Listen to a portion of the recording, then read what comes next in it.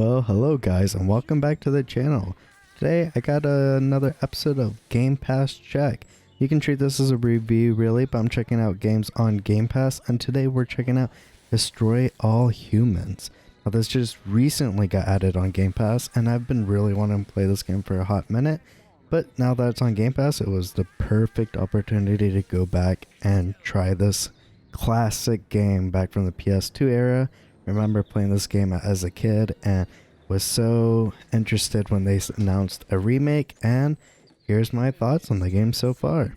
Now the first thing I'm going to talk about is the sound. Now the sound is very interesting because they used the original voice acting and they did try cleaning up the audio, but I can tell that the audio just doesn't hold up.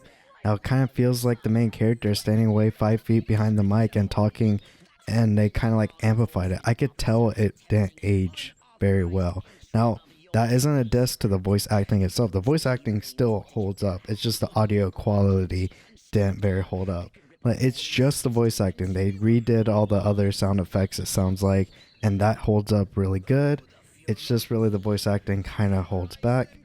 Now, the aliens do remind me of Invader Zim. I'm going to actually look that up real quick. Oh yeah, okay, so it is the alien from Invader Zim. That's funny. That voice really fits very well. That makes a lot of sense. Outside that, like, just outside the voice acting quality, it's pretty good. It still holds up. Now talk about the graphics. Now the graphics are a big upgrade from the original game, obviously going from PS2 to PS4. Now it does look double A. It's not like Naughty Dog levels. Now it does look good, and it has a lot of small details, like if you run in the mud, your legs are getting muddy and stuff like that. It still looks pretty impressive and pretty good. Now the cutscenes aren't like super, oh my god, like holy shit, that was A-level Oscar worthy acting. No, it works for what it is, and it's pretty good. Sadly there is no HDR in this game. It's kind of disappointing. I would have really liked to see the explosions and electricity in this game really pop with that HDR pop to it. Unfortunately it doesn't have that, but it still looks really good without it. Now performance, had this running on ultra on almost every settings but 2, which was shadows, and render distance, which was the setting right before ultra. I was getting around 55 to 60 FPS and 1440p on a GTX 1060. So pretty good performance overall from what I can tell. Now to gameplay, nothing super in depth about the gameplay. It's still really fun. You're running around with the shotgun, with the pro gun. I love the cartoony vibe this game gives. Like when you use the powers, you got the aura, you got telekinesis, throwing humans around and everything. And when you shock someone, you get that skeleton vibe. A few other guns do the same thing. It's pretty cool. You can go back to old areas after you've done all the missions in that specific area. And you can kind of do like challenges, like how much destruction can you do? Kill all these enemies and try killing as much as you can so you can get extra points to upgrade your equipment and stuff like that. So that was pretty cool. And you could just go back and create chaos, kill a bunch of things, fight off the cops like you would in like a GTA game, just keep doing crazy stuff, but you're an alien instead. Now I did find some of the stealth missions a little annoying because I'm not a very stealthy person when it comes to games, depending on the game. This game I did find it kind of like, the stealth was there, it's okay, whatever.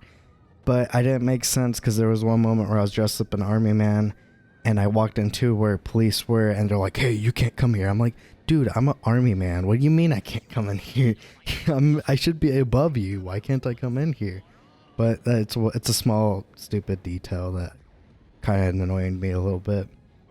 The story works for what it is. You're not going to go and leave this game and be like, this story is changed gaming forever. It changed how I look at things. No, it's a silly, funny, dumb story about an alien coming to Earth and just kind of fucking shit up. That's the game in a nutshell.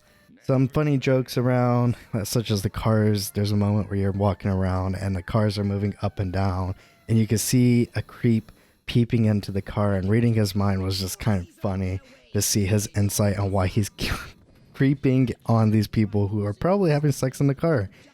So I thought that was funny.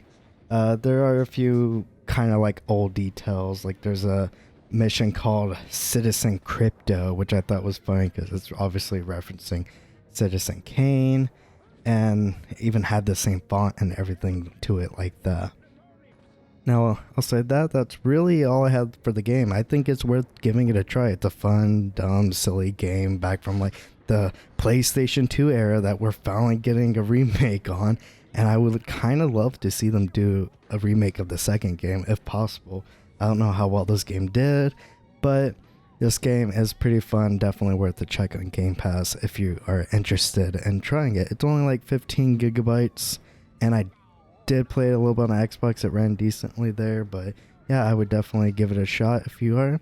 If you're interested in more stuff like this, I do reviews, game highlights on this channel that go up.